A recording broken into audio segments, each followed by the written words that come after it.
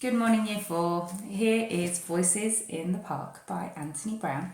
It's our text for day 3, 4 and 5 in English this week. As you can see, the illustrations are very similar to the other Anthony Brown books we've looked at. This story is different in the way that it is told about a day in the park from the point of view of 4 different characters that were there. So we see the scene from 4 different eyes, and I'm wondering if you'll be able to spot which are the similarities and differences in how each of the characters' day starts and ends. So what the similarities and differences that you notice.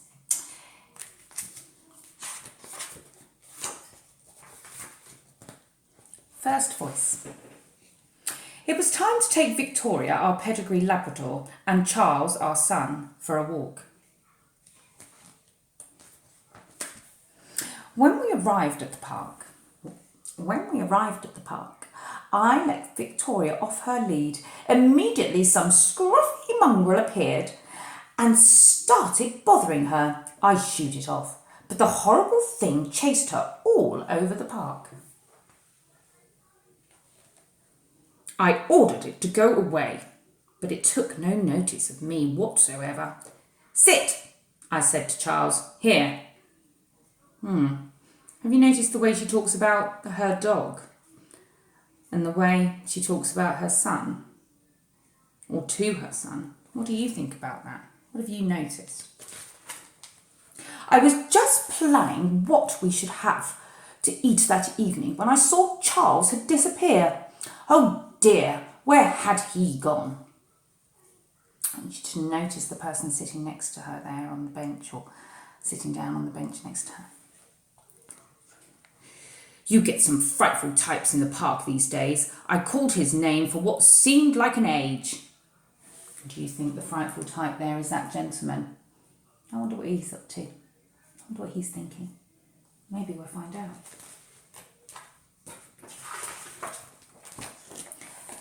Then I saw him talking to a very rough-looking child. Charles, come here. At once, I said. And come here, please, Victoria. We walked home in silence. Again, how do you notice how she talks to Charles and the dog, Victoria? And just look at the illustrations there in the background. Can you see the fiery tree? I wonder what that symbolises. Our second voice. Did you recognise this man? Or this character, I should say. I needed to get out of the house, so me and Smudge took the dog to the park.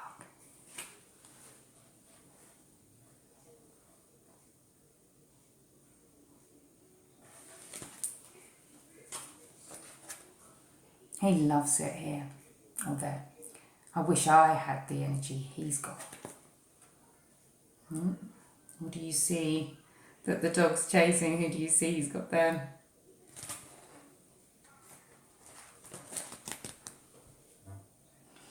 I settled on a bench and looked through the paper for a job. I know it's a waste of time, really, but you've got to have a bit of hope, haven't you? Then it was time to go. Smudge cheered me up. She chatted happily to me all the way home.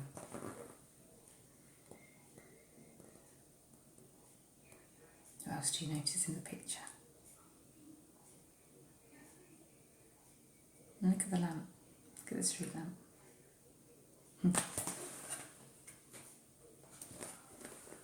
The third voice.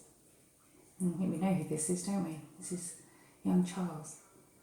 Look how the illustrators chose to depict his surroundings there, the colours used. I wonder if that's supposed to link to a feeling. What do you think? I was at home on my own again. It's so boring. Then Mummy said that it was time for our walk. Again, walk. There was a very friendly dog in the park, and Victoria was having a great time. I wish I was. Look at the shadow. The shadow over Charles. Whose shadow is that? Do you think there could be a deeper meaning to that shadow over him?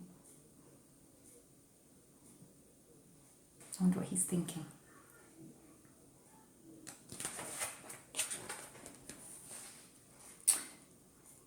Do you want to come on the slide? A voice asked. It was a girl, unfortunately, but I went anyway. She was brilliant on the slide. She went really fast. I was amazed. And there they are. See, it's a bit shiny, isn't it? There we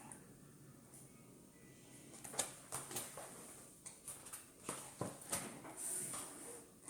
The two dogs raced round like old friends. The girl took off her coat and swung on the climbing frame. So I did the same. She looks very free, doesn't she?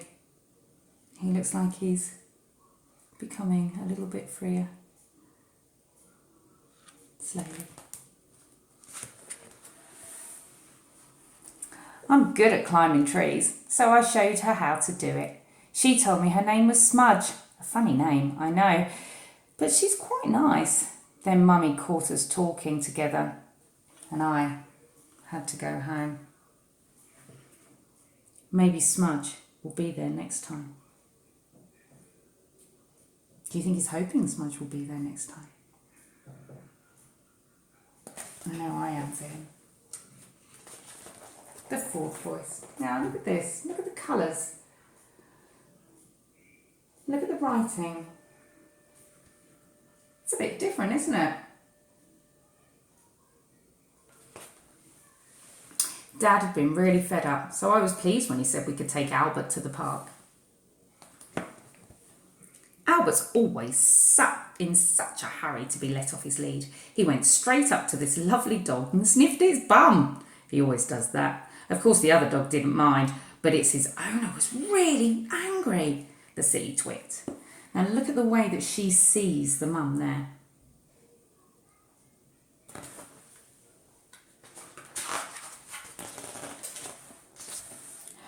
I got talking to this boy. I thought he was a bit of a wimp at first, but he's okay. We played on the seesaw and he didn't say much, but later on was a bit more friendly.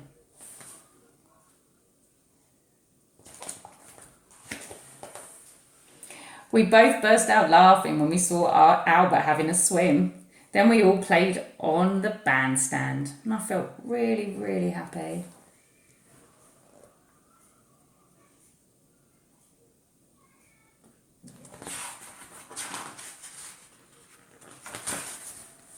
Charlie picked a flower and gave it to me. Then his mum called him and he had to go.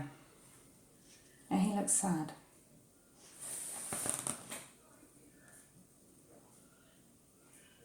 Notice that she calls him Charlie. When I got home, I put the flower in some water and made Dad a nice cup of tea. The end. I hope you enjoyed that. There's so much to talk about with this book, isn't there? There's so many discussion points about feelings, about friendships, about emotions, about not taking people at face value, about not really knowing what's going on for somebody by just looking at them. We've got some things we're going to discuss this week with the book, and when you come into school we're going to use this book as well, which I'm really looking forward to. I'd love to hear your feelings about this book. I've also, we've put on our home learning this week a PDF document of pictures of this book, so you can also read it again like that, or you can listen to it again. Just thought it'd be nice to share it with you. I hope to hear what your thoughts are on this. See you later. Bye bye.